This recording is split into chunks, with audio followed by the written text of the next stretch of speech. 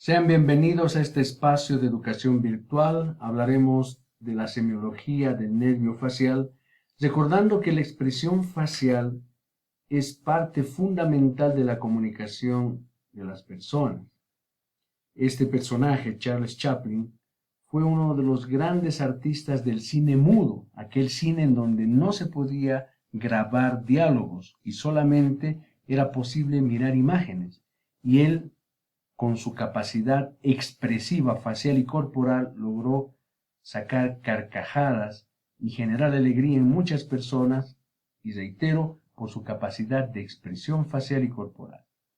Cuando hablamos de la expresión facial, estamos hablando de una ventana que nos permite hablar sobre la expresión de los sentimientos.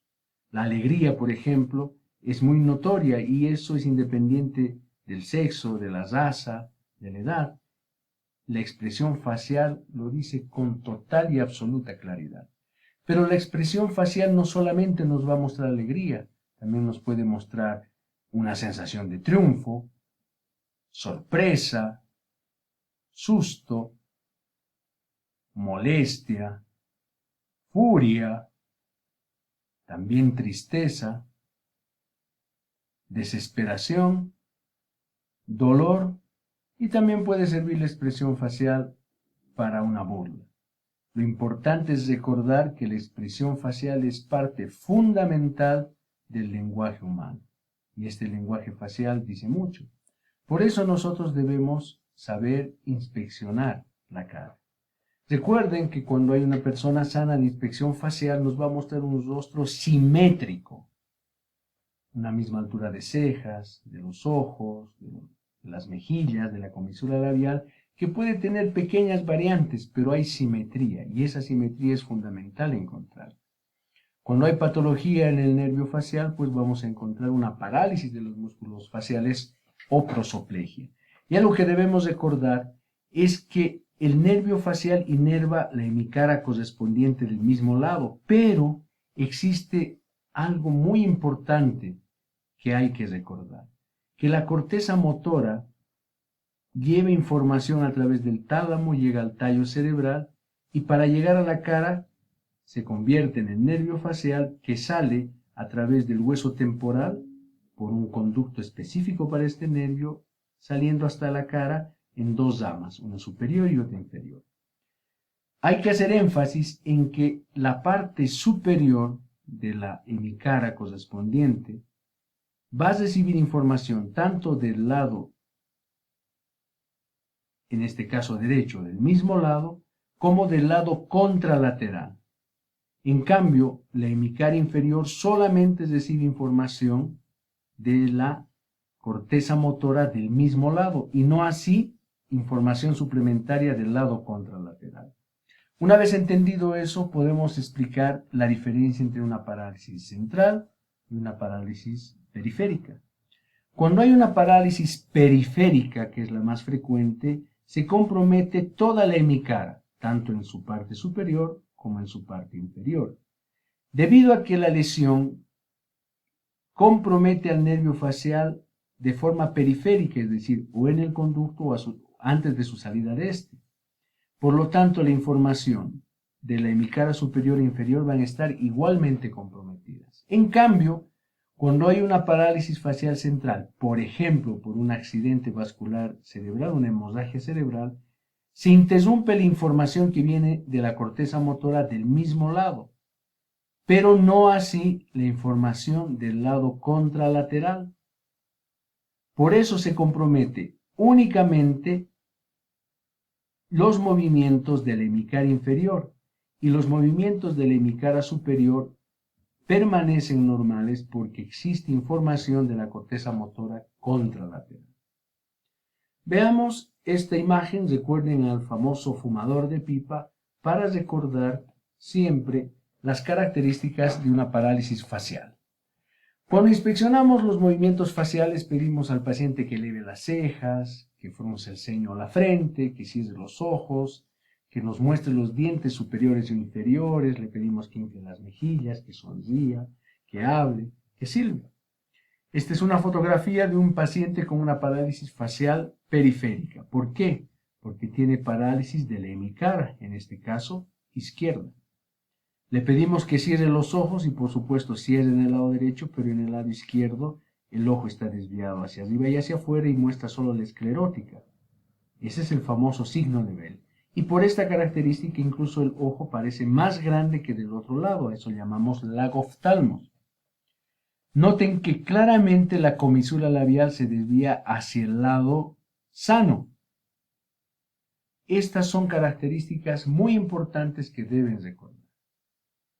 Cuando nosotros examinamos al nervio facial, podemos pedir al paciente que abra los ojos, por supuesto, e incluso hacer resistencia a la apertura palpebral y a la apertura de la boca. También podemos hacer pruebas para determinar la capacidad de distinguir sabores, salado, dulce, ácido, aunque esto es poco frecuente de hacer. Lo que vamos a recordar y hacer énfasis es en la parálisis facial periférica, que es la más frecuente. En este caso, el paciente refiere sensación de entumecimiento o pesadez hemifacial sin que exista una hipoestesia real. El paciente no puede fruncir el ceño, la frente está lisa, existe parálisis de la hemicara, el signo de Bell, al intentar cerrar el ojo, el globo ocular se dirige hacia arriba y hacia afuera. Hay incapacidad para ocluir completamente el ojo, hay lagrimeo, abombamiento de la mejilla al silbar o soplar, lagoftalmos y ausencia del reflejo conjuntival. Y vamos a ver un ejemplo de un examen rápido que se ha hecho en este pequeño video de una persona con una parálisis facial periférica. Entonces, atiendan por favor y vean las características. Noten cómo es el movimiento de la hemicara superior, de la hemicara inferior, si arruga o no la frente, si hay pliegues cutáneos, hacia dónde se desvía la boca y si es que se inflan o no las mejillas. Por favor, cierre los ojos, muéstreme los dientes, abra los ojos. Ya, ahora sople fuerte. Ya, deje de hacerlo. Ahora infle los cachetes. Infle fuerte. Infle. Ya, ahora haga como enojada. Ya. Entonces, claramente es una parálisis facial periférica izquierda. En la parálisis facial central, el paciente tiene una parálisis de la parte inferior de la hemicara, puede fruncir el ceño, existe desviación de la comisura labial al lado sano, no presenta el signo de Bell y hay abombamiento de la mejilla al silbar o soplar. En otras palabras, solo se compromete la hemicara inferior. Hablando de etiología, la parálisis facial periférica puede ser congénita, como en la enfermedad de Mobius, puede ser secundaria a una lesión en el ángulo pontocerebeloso. Cuando esto sucede, el paciente habitualmente también tiene hipoacusia, neuralgia del trigémino, déficit motor o signos cerebelosos. Puede existir más frecuentemente una lesión en el canal facial y hablamos de la parálisis de Bell, que es la más frecuente, es decir, entre el 60 y 75%. Aunque también podemos tener la enfermedad de Ramsay-Hunt, que se debe a un herpes zóster que se expresa, como verán ustedes, en vesículas herpéticas en el conducto auditivo. Puede también ser secundaria a una lesión extracraneal, generalmente por un tumor parotidio o por un trauma. La más frecuente causa de parálisis facial periférica, reitero, es la parálisis de Bell. Y cuando hablamos de la parálisis de Bell, estamos hablando de una reactivación del virus del herpes zóster, generalmente el tipo 1, en el ganglio geniculado. Esto condiciona inflamación del nervio, este nervio se edematiza, pero como está dentro de un conducto rígido, se autocomprime y genera isquemia. Esto generalmente es de inicio súbito, se puede asociar a dolor retroauricular, el paciente puede tener sensación de parestesias faciales, disgeusia, hiperacusia y por supuesto sequedad ocular. Recuerden que no puede cerrar los ojos y además el paciente presenta lagrimeo porque al no poder cerrar los ojos o el párpado específicamente, las lágrimas no se distribuyen y terminan cayendo por el ángulo del ojo. El tratamiento para esta frecuente enfermedad, que puede estar asociada, por ejemplo, a cambios súbitos de temperatura, es el uso de corticoides en dosis grandes de ataque y luego hacer dosis decreciente a en varios días.